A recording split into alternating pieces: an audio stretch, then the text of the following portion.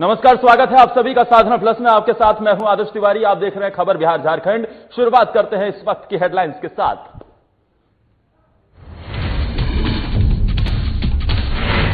Lockdown के चौथे चरण में राज्य के अंदर कई चीजों पर दी गई रियायत। कोरोना वायरस और लॉकडाउन को लेकर हुई उच्च स्तरीय बैठक में शामिल सभी मंत्रियों ने आपस में चर्चा कर सीएम को अपनी रिपोर्ट सौंपी। भागलपुर जिले के नवगछिया NH 31 खरीक थाने के पास हुई बस और ट्रक में भीषण टक्कर। हादसे में हुई 9 लोगों की मौत, जबकि 5 लोग गंभीर रूप से घायल।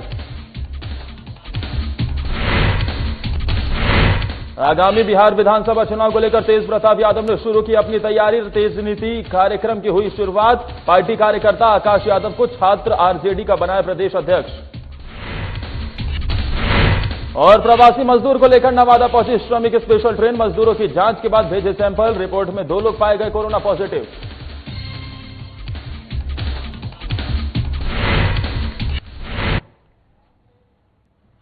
और शुरुआत इस वक्त की बड़ी खबर के साथ करेंगे जो झारखंड की राजधानी रांची से आ रही है, जहां पर मजदूरों को लेकर सोलापुर से आ रही बस दुर्घटनाग्रस्त हो गई है। यानी जिस तरीके से मजदूरों के घर वापसी का सिलसिला जारी है, लेकिन दूसरी तरफ ये दुर्घटनाओं का सिलसिला भी थमने का नाम नहीं ले रहा है। यवतमाल के पास ये दुर्घटना हुई है। बताया जा रहा है कि इसमें 4 श्रमिकों की मौत हो गई है, 15 श्रमिक घायल बताए जा रहे हैं। सीएम हेमंत सोरेन ने घायलों की मदद का निर्देश दिया है। वहीं सीएम ने महाराष्ट्र सरकार से भी मदद पहुंचाने का आग्रह किया है। लेकिन इस बीच जो बड़ी बात देखी जा रही है कि मजदूर सरकार के तमाम दावों के बीच भी कभी ट्रक से अपने घर जाने को मजबूर है, कभी बस से अपने घर जाने को मजबूर है, तो कभी ऐसे वाहनों का इस्तेमाल कर रहे हैं जो कि सरकारी वाहन नहीं है, जिन्हें परमिशन नहीं मिली हुई है। ऐसे में ये वाहन दुर्घटना का शिकार हो रहे हैं और जिसके चलते प्रशासन की मुश्किलें बढ़ती हुई नजर आ रही है। इन सब के बीच अगर सबसे ज्यादा मार किसी पर पड़ रही है तो वो मजदूर हैं। सरकार की तरफ से दावे किए जा रहे हैं कि उनके घर वापसी के लिए हम ट्रेन मुहैया करा रहे हैं, बस मुहैया करा रहे हैं, लेकिन इस बीच दुर्घटनाओं का सिलसिला थमने का नाम नहीं ले रहा है। ताजा मामला राजधानी रांची से है, जहां पर मजदूरों को लेकर सोलापुर से आ रही बस दुर्घटनाग्रस्त हो गई है और इसमें 4 श्रमिकों की मौत बताई जा रही है, 15 श्रमिक घायल है। हमारे साथ रांची संवाददाता चंदन वर्मा इस बड़ी खबर पर ज्यादा जानकारी देने के लिए जुड़ गए। चंदन, क्या अपडेट मिल रहा है फिलहाल? जी देखिए, ये जो घटना है इस पर मुख्यमंत्री ने काफी संवेदना व्यक्त करते हुए सभी परिवारों को हौसला रखने के लिए कहा है।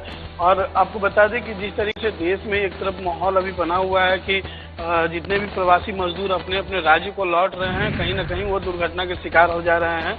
तो इसको ध्यान में रखते हुए मुख्यमंत्री ने भी साफ तौर पर आदेश दिया था और आश्वासन भी दिया था कि लोग जहां हैं वहीं रहें, घबराने की जरूरत नहीं है। सरकार लगातार प्रयासरत है, लेकिन उसके बावजूद भी लोग जो है, लोगों का सब्र का बांध टूट रहा है और वो किसी न किसी माध्यम से अब आने के लिए तैयार है। लेकिन जो राज्य उनको भेजने के लिए, जो सरकार दूसरे राज्य में जो फंसे हुए हैं, वहाँ की सरकार अगर उन्हें भेजना चाहती है तो उसके लिए प्रॉपर व्यवस्था करनी चाहिए।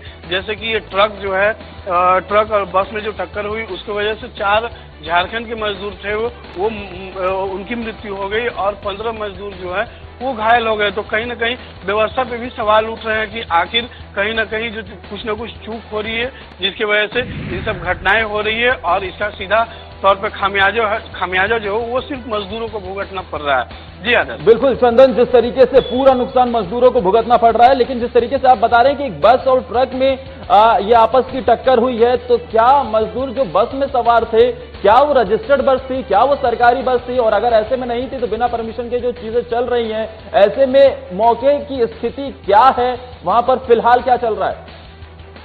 देखिए, मुख्यमंत्री ने इसके लिए एक टीम गठन करके और वहां पर जो फंसे हुए हैं घायलों को लाने के लिए और उनकी अच्छी इलाज के लिए वहां के प्रशासन से संपर्क करने का निर्देश दिया है।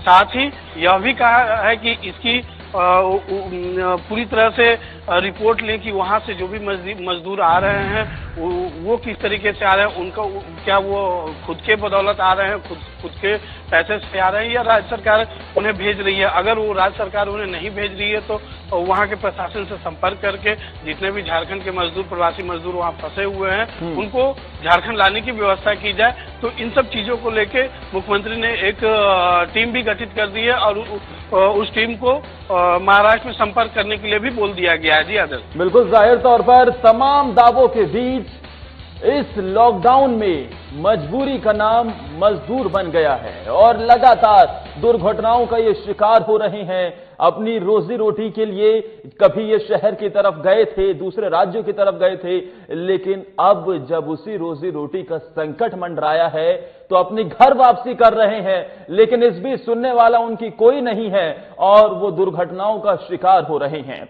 वहीं झारखंड में लॉकडाउन के चौथे चरण में राज्य के अंदर कई चीजों पर रियायत दी गई है। कोरोना वायरस और लॉकडाउन को लेकर गठित मंत्री समूहों के उप समिति की उच्च स्तरीय बैठक हुई। बैठक में शामिल सभी मंत्रियों ने आपस में चर्चा कर मुख्यमंत्री को अपनी रिपोर्ट दी, जिसके बाद मुख्यमंत्री ने अधिकारियों के साथ बैठक कर और राज्य के हालात को देखते हुए राज्य में कई गतिविधियों पर छूट दी है तो कई चीजों को यथावत छोड़ दिया है।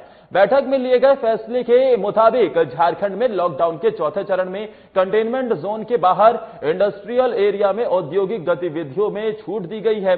साथ ही निर्माण कार्य, गोदाम, हार्डवेयर, निर्माण कार्य से जुड़े दुकान, किताब, स्टेशनरी की दुकान और टेलीकॉम कंपनियों से जुड़े रिटेल आउटलेट खुल सकेंगे। सरकार की गाइडलाइंस के मुताबिक मोबाइल, घड़ी, इलेक्ट्रॉनिक सामान मसलन टीवी और आईटी से संबंधित सर्विस सेंटर खुले रहेंगे। इसमें कंप्यूटर और इलेक्ट्रॉनिक कंज्यूमर से जुड़े प्रोडक्ट जैसे फ्रिज, एसी, कूलर भी शामिल हैं और साथ ही ये सभी दुकानें पूरे राज्य के ऐसे इलाकों में खुलेंगी जो नगर निगम क्षेत्र से बाहर होंगी। इसके अलावा निजी कार्यालय, ई कॉमर्स के साथ शराब की दुकानें भी खुलेंगी।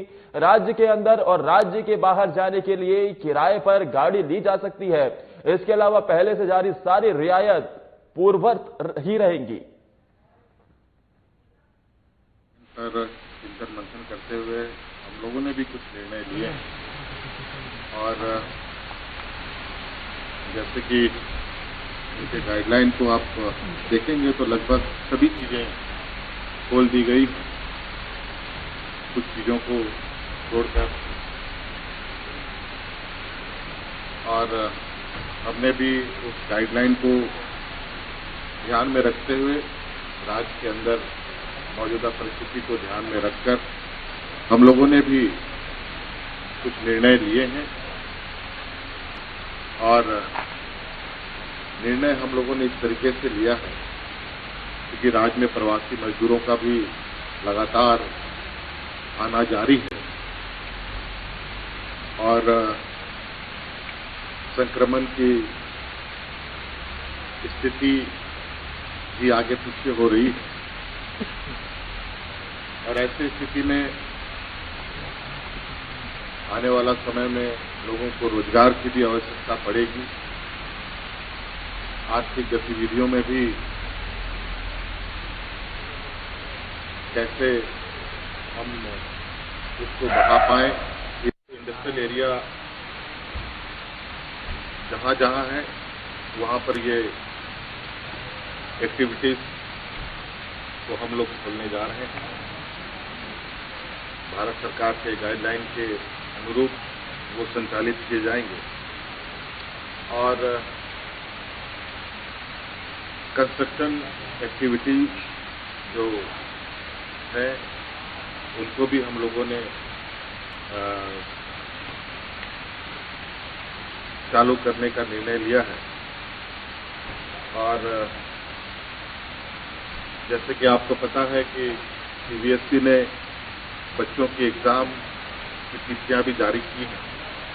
बच्चों को पढ़ाई लिखाई करने की भी अभी तैयारी की भी जरूरत है और इसको लेकर हम लोगों ने जितने भी किताब की दुकानें हैं उनको और स्टेशनरी शॉप को खोलने का निर्णय लिया है ताकि वो बच्चे पढ़ाई कर सके।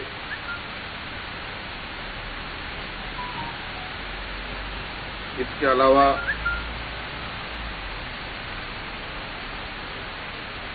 क्योंकि भारत सरकार ने एक ट्रेन भी चलाई है जो शुल्क के साथ चल रही है, वो विभिन्न राज्यों के स्टेशनों पर रुकती हैं। राजधानी एक्सप्रेस जो इन्होंने शुरू किया है और उसमें से उतरने वाले यात्री पूरे राज्य के विभिन्न क्षेत्रों में जाते हैं, उनको किसी प्रकार का कोई दिक्कत ना हो, इसके लिए हमने जो राज्य में चल रहे टैक्सी व्यवस्था उसको भी हम लोगों ने प्रारंभ किया है। अब राज्य के अंदर और अंतर्राज्य में भी विद परमिशन ये टैक्सियों का संचालन किया जाएगा।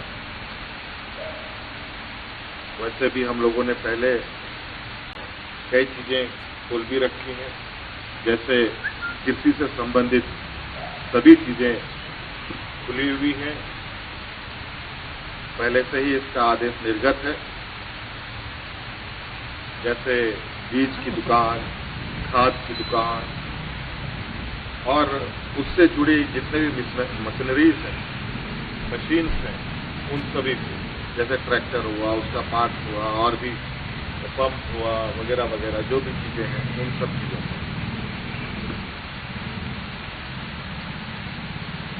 और इस तरीके से छोटे बड़ी चीजें के हम लोगों ने निर्णय लिया है। लिकर शॉप भी खोले जाएंगे, क्योंकि आर्थिक व्यवस्थाएं भी करनी है और इस क्रम में इसको भी हम लोगों ने खोलने का निर्णय लिया है, जो बहुत जल्द ये सभी चीजें खुल जाएं। इसके अलावा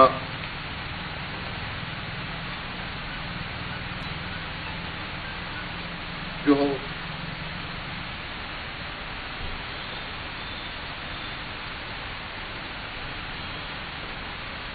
सर्विस जो है सेंटर्स हैं, जिसमें मोबाइल सर्विसेज हो, टीवी, फ्रिज हो, एयर कंडीशन हो, कूलर हो, घड़ियां हो, फ्रिज हो, ये सारी चीजों की जो सर्विसिंग सेंटर हैं वो भी खोले जाएंगे। इस तरीके के कुछ चीजें और हम लोगों ने निर्णय लिए हैं। बाकी निर्णय आपको हमारे वेबसाइट में और सरकार के आदेश निर्गत होने पर विस्तृत रूप में जानकारी मिल जाएगी। जो हमारे प्रवासी मजदूर आ रहे हैं वो सुरक्षित रहें, इसको भी ध्यान में रखकर थोड़ी आर्थिक गतिविधियों में भी हम लोग धीरे धीरे आगे बढ़ें इस दिशा में भी, और राज्य के अंदर एक अव्यवस्थित व्यवस्था ना बने, इसलिए हम लोगों ने धीरे धीरे चरणबद्ध तरीके से आगे बढ़ने का निर्णय लिया है। समय उपरांत हम लोग बाकी निर्णयों को हम लोग आप लोग के समक्ष रखेंगे, और अब बाकी जो चीजें हैं वो आपको डिटेलिंग में हमारे साइट पे मिल जाएगा और सरकार के आदेश। लॉकडाउन 4 में कई चीजों पर राहत मिली है, कहीं छूट भी मिली है और कहीं पर सख्ती भी देखी गई है, लेकिन इस बीच जिन चीजों में छूट दी गई है वहां सोशल डिस्टेंसिंग को मेंटेन करना जरूरी है, और सोशल डिस्टेंसिंग को किसी भी कीमत पर वहां पर कोताही नहीं बरती जानी चाहिए, ये सख्त आदेश है। वक्त एक ब्रेक का हो चला है, फौरन हाजिर होते हैं, आप देखते रहिए साधना प्लस।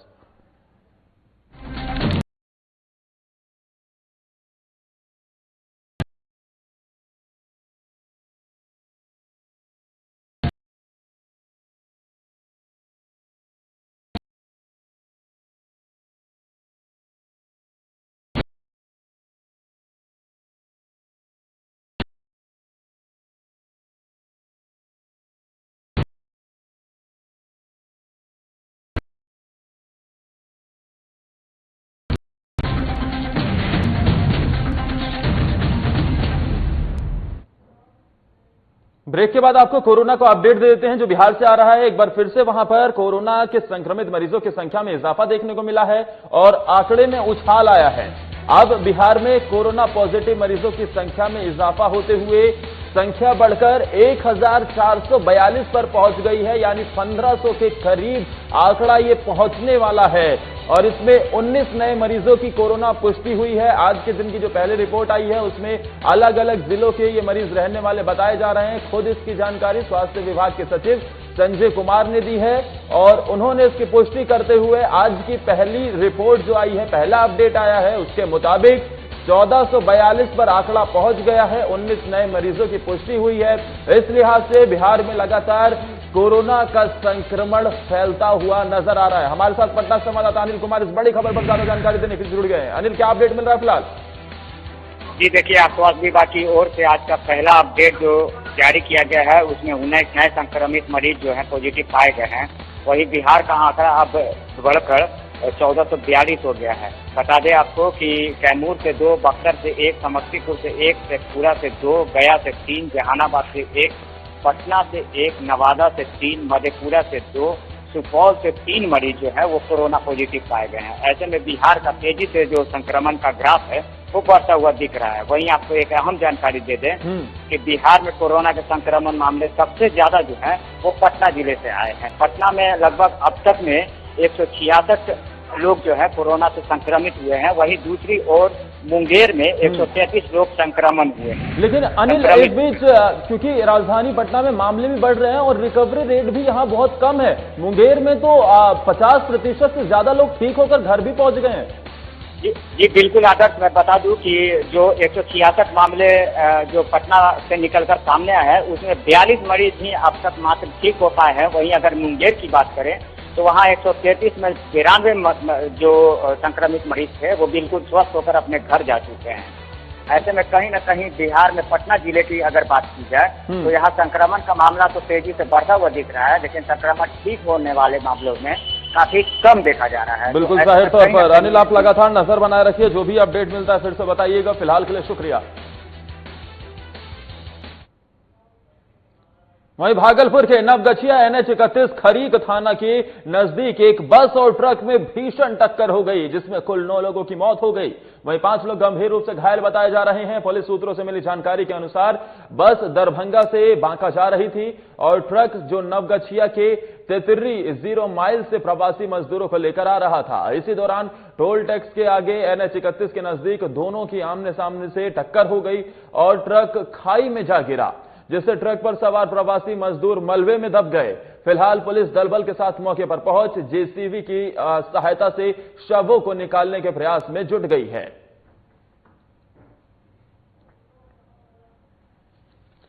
और भागलपुर की तस्वीर हम आपको दिखा रहे हैं। देखिए किस तरीके से ये एक ट्रक और साथ ही एक बस में भीषण टक्कर हुई है। इसमें 9 लोगों की मौत बताई जा रही है। वहीं 5 लोग गंभीर रूप से इसमें घायल भी हुए हैं। बताया जा रहा है कि ये जो दरभंगा से बस आ रही थी, माफ कीजिएगा, दरभंगा से बांका जा रही थी बस, और ऐसे में ट्रक नवगछिया के 33 0 माइल से प्रवासी मजदूरों को लेकर आ रहा था। यानी एक बार फिर से प्रवासी मजदूर दुर्घटना का शिकार हुए हैं। हमारे साथ हमारे संवाददाता निर्भय चौबे फोन लाइन पर जुड़ गए। निर्भय, क्या अपडेट मिल रहा है फिलहाल? जी, आपको बता दें कि भागलपुर के नवगछिया मंडल के NH 31 खरीक थाना के समीप ट्रक और बस में आमने सामने भीषण टक्कर हो गई, जिससे कि ट्रक खाई में जाकर गिर गई, जिससे ट्रक में सवार प्रवासी 9 मजदूरों की मलबे से दबने से मौके पर ही मौत हो गई। 5 मजदूर घायल हो गए। वहीं आपको बता दें कि बस दरभंगा से बांका के लिए जा रही थी। वहीं ट्रक में लोहा व स्टील से भरा रॉड था। ट्रक में सवार प्रवासी मजदूर की खाई में गिरने से ट्रक के अंदर मलबे दब जाने से मौके पर ही 9 लोगों की मौत हो गई और 5 मजदूर घायल हो गए। निर्भय, फिलहाल घायलों की स्थिति कैसी बताई जा रही है? ठीक बताई जा रही है। उनके बेहतर इलाज के लिए भागलपुर मैगन अस्पताल में भर्ती कराया गया। वहीं नवगछिया SDM ने बताया कि ये मृतक जो 9 मजदूर थे वो उनके आधार कार्ड से 95 पश्चिम चंपारण के थे, जो साइकिल से आ रहे थे, लेकिन रास्ते में ट्रक मिलने पर ट्रक पे सवार साइकिल और अपना खुद सवार हो गए और आगे नवगछिया NH 31 पर यह भीषण दुर्घटना हो गई, जिससे उनकी मौके पर मौत हो गई। चलिए, तमाम जानकारी देने के लिए निर्भय आपका शुक्रिया। लेकिन एक बार फिर से मजदूर इस दुर्घटना का शिकार हुए हैं और अपनी जान उन्होंने गंवा दी है। वहीं आने वाले बिहार विधानसभा चुनाव को लेकर तेज प्रताप यादव ने अपनी तैयारी शुरू कर दी है। उन्होंने तेज नीति कार्यक्रम की शुरुआत की और अपने यूथ विंग का विस्तार करते हुए पार्टी कार्यकर्ता आकाश यादव को छात्र RJD का प्रदेश अध्यक्ष बनाया। इस दौरान उन्होंने बताया कि लॉकडाउन के बाद वो अपने तेज नीति कार्यक्रम को लेकर अपने छोटे भाई तेजस्वी यादव के साथ जनता के बीच जाएंगे और लालू यादव के विचारों को सबके सामने रखेंगे। साथ ही अपने कार्यकर्ताओं के साथ वीडियो कॉन्फ्रेंसिंग के जरिए आम जनता से रूबरू होंगे और उनकी समस्याओं को जानेंगे। राष्ट्रीय जनता दल के राष्ट्रीय अध्यक्ष श्री लालू प्रसाद यादव जी, श्रीमती राबड़ी देवी जी, नेता प्रतिपक्ष तेजस्वी यादव भैया, राज्यसभा सांसद मीसा दीदी और राष्ट्रीय जनता दल के प्रदेश अध्यक्ष माननीय श्री जगदानंद सिंह सर के द्वारा जो भी कार्य हमें दिया जाएगा और जिस प्रकार की जो भी चुनौतियां हमें दी जाएगी उन चुनौतियों का हम लोग सामना करेंगे और आने वाले दिनों में जो भी संघर्ष हम लोग को दिया जाएगा हम लोग तेज प्रताप भैया के नेतृत्व में, तेजस्वी यादव भैया के नेतृत्व में हम लोग संघर्ष को में लड़ने का काम करेंगे। तमाम लोगों को संगठन में जगह मिले, जो काम करने वाले हैं और जो मेहनत करने वाले हैं, जो खून पसीना बहाने वाले हैं, वैसे लोगों को हम लोगों ने चुनने का काम किया है। और आकाश यादव जो प्रदेश अध्यक्ष बने हैं छात्र राष्ट्रीय जनता दल के आज, इनको भी मैं ढेर सारी शुभकामनाएं देता हूं और अपनी आशीर्वाद भी देने का काम करता हूं कि आने वाले भविष्य में छात्र राजद को पूरे तरीके से ऊंचाइयों तक पहुंचाने का काम करेंगे और गांव-गांव, कस्बे-कस्बे में अपने लड़कों को, एक्टिव लड़कों को लेकर के जाके और मेहनत करने का।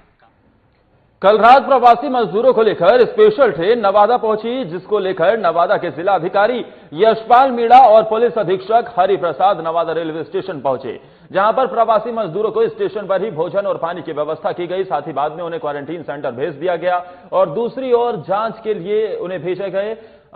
ये जो जांच रिपोर्ट भेजी गई, जिसमें से 2 लोग कोरोना पॉजिटिव पाए गए। अब नवादा में कोरोना पॉजिटिव की संख्या 39 हो गई है।